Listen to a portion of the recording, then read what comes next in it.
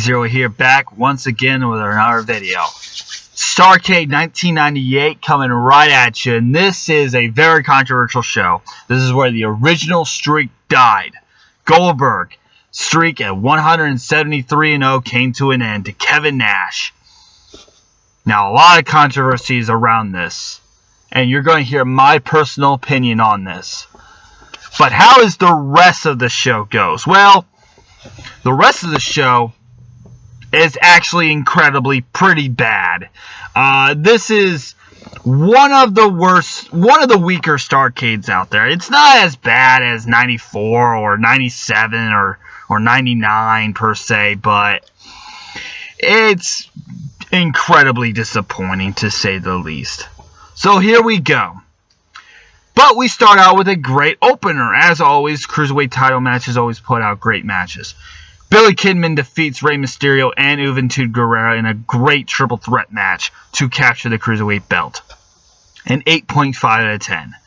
Then we have Eddie Guerrero coming out there. He's disappointing Juventud. He bullies Rey Mysterio around. He demands a Cruiserweight title match right now up against Billy Kidman. And that's what we get. We get another great Billy Kidman match. Eddie Guerrero's out there in steel-toed boots, pulling out hurricanranas on one boot, two boots, steel boots, whatever, and street clothes. It's fucking incredible. Now, this would be the week before Eddie Guerrero had that awful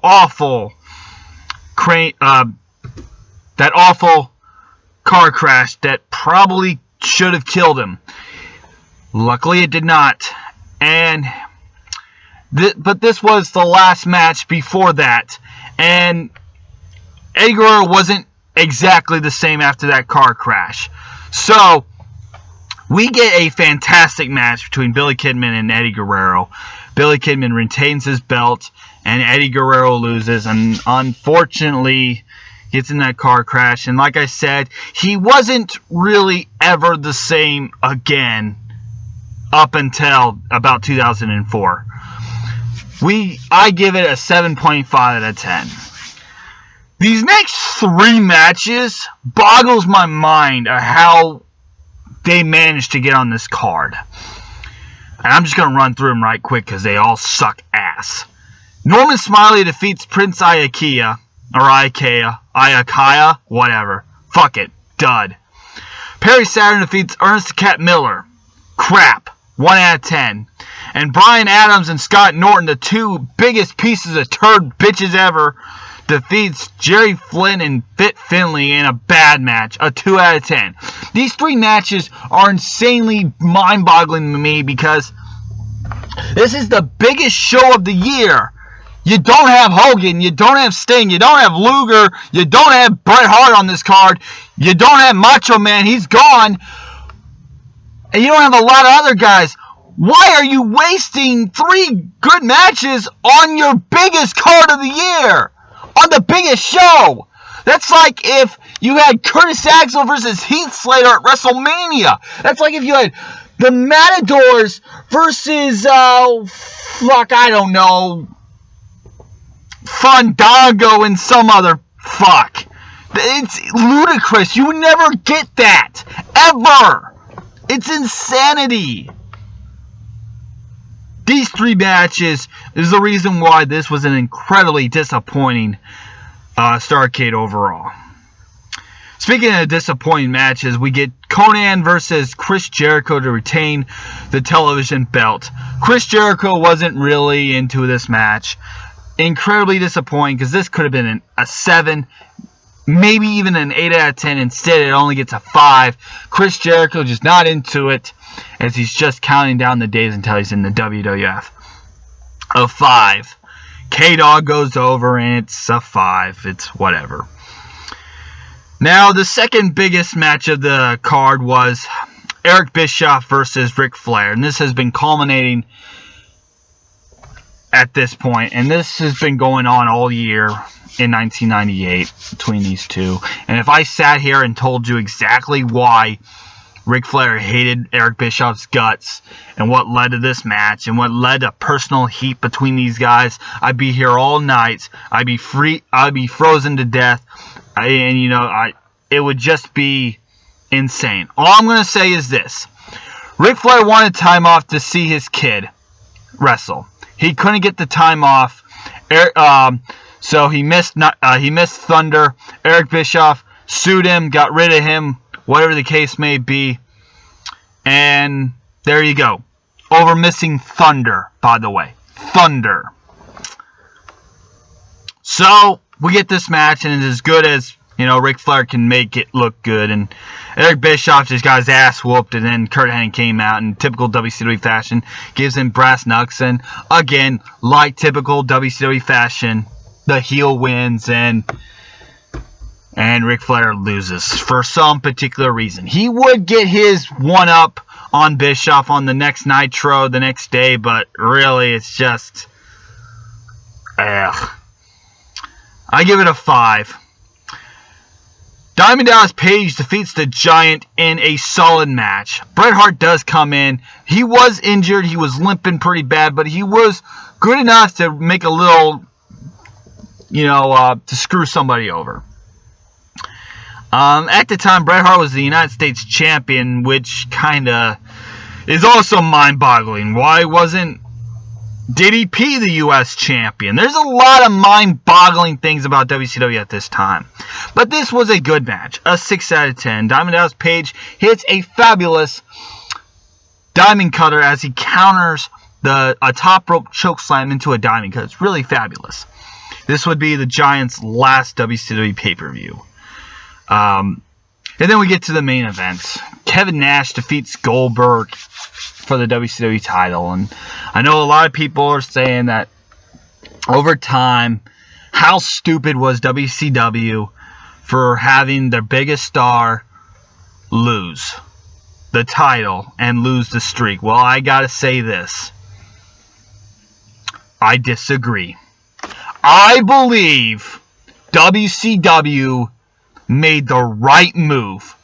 I don't give a damn what you have to say. Oh, Goldberg was the top guy in WCW. Goldberg was making money. Goldberg was making the company money. Why would you have Goldberg lose the world belt at Starrcade? That'd be like if Hulk Hogan lost the title at WrestleMania. It's like, no. Absolutely not. I'm going to take a line from Arn Anderson. Arn Anderson said this: the longer the streak went on, the more it hurt Goldberg. And in this match, you can definitely tell that. Even going into this match, Goldberg was getting booed. I hate to tell you this, but open up your ears, dig out that earwax, and open up your ears. Open up your eyes, clean out your ears, whatever. He was getting booed. There was chants of Goldberg going on all the time. Starrcade happened. Kevin Nash was over as balls. Okay, Kevin Nash got the biggest pop of the night. Goldberg, it was about maybe 70% Kevin Nash, but they were booing Goldberg in this match. If that doesn't tell you anything, it should tell you something, that this was a good idea. I hate to break it to you. And I think a lot of people say it was a bad idea because Kevin Nash and the whole finger poke of doom the next Nitro, whatever the case may be. Okay, fine. The finger poke of doom. But that doesn't negate the fact that this was a great call. I hate to break it to you. Goldberg losing was a good move. The longer the streak went on, the more it hurt Goldberg. Because that's all Goldberg had. And if that's all you had, once when you lose it, you might as well retire. That's a line from Kevin Nash. Kevin Nash was over as fuck with the Wolfpack. If you listen to the crowd, it would tell you they celebrated when Kevin Nash defeated Goldberg. That tells you something. They weren't sitting there or standing there, stood dead silent and shocked out of their minds like when Undertaker lost at WrestleMania. No, they were celebrating. Overall, this is a good match. A 6 out of 10. The only problem I had with Goldberg losing this match, though, is, yes, he did get stunned with a stun gun or a taser, whatever, by Scott Hall. But still, all you gotta do is listen to the crowd. Kevin Nash was over as fuck. They were booing Goldberg. They celebrated after the fact. Goldberg's streak was ended, and Kevin Nash was the 173 and 1. And was it a good call? I think it was. Anyways, other than the opener, the 2 opening matches, and the last couple of matches, that center 3 matches I talked about heavily drags down this show. This is a very disappointing Starrcade because of those 3 matches. Has it not been for those 3 matches, this would have been a solid show. However, that drags it down heavily to a 4.7 out of 10. I'm Daniel Rock08, and I have to say this. Ending Goldberg's streak was, at that time, a good call. I don't care what anybody else says. And I catch you next time as I start it all over with Starrcade 1983. A Flair for the Gold. See ya.